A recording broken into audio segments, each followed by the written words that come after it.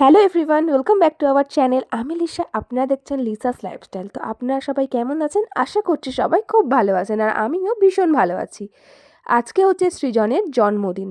সৃজন আজকে 7 বছর পূর্ণ করলো, আর তাই জন্যই এত তোড়জোড়। কাতলা মাছ, চিংড়ি মাছ, শাক, আর ওদিকে হচ্ছে নারকেলটা রাখা আছে মালাইকারির জন্য।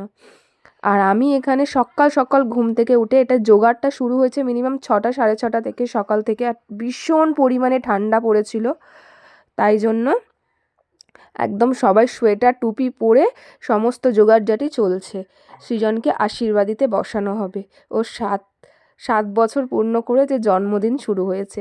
এখানে সমস্ত লোক এসে গেছে, মা, মামি, দিদা, আমার মামার মেয়ে, আমার ভাই, আর সমস্ত রান্নাবান্না ফিনিশ হয়েছে মিনিমাম 1টা বেজে গেছে, দুপুর 1টা 2টো বেজে গেছিলো। আর আমার 2 মা এখানে, শাশুড়ি মা আর আমার মা বাসন মাজছে, আর এখানে আমার দেওর, আমার ভাই এখানে ফটোশ্যুট করছিল ওর সমস্ত খাবারের। তো ওকে এই দায়িত্বটা আমি দিয়েছিলাম যে অন্তত ফটোগুলো ভালো করে তুলে দিও, আর ও ভীষণ সুন্দর ফটো তুলেছে। আমার খুবই পার্সোনালি খুবই পছন্দ হয়েছে এগুলো। আর আমার ছেলেকে দেখো, এখানে সৃজনকে সুন্দর করে মালা পরিয়ে সাজিয়ে গুছিয়ে বসিয়ে দিয়েছি। ওকে ওর কাকাই যেমন বলছে ও ঠিক তেমন তেমন করে ফটো তুলছে। আর প্রথমে আশীর্বাদই করতে বসেছিল বাপি, মানে সৃজনের দাদু।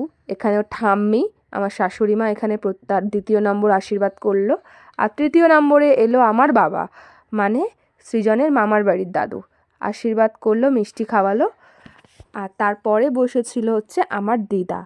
আমার দিদা মানে আমার মামার বাড়ির দিদা, আর সৃজনের বড় মা আশীর্বাদ করতে বসেছিল। তারপর সৃজনের জেঠু বসেছিল আশীর্বাদই করতে। আর এক এক করে এখানে সবাই আশীর্বাদ করলো। তারপরে সৃজনের জেঠিমা বসেছিল আশীর্বাদ করতে।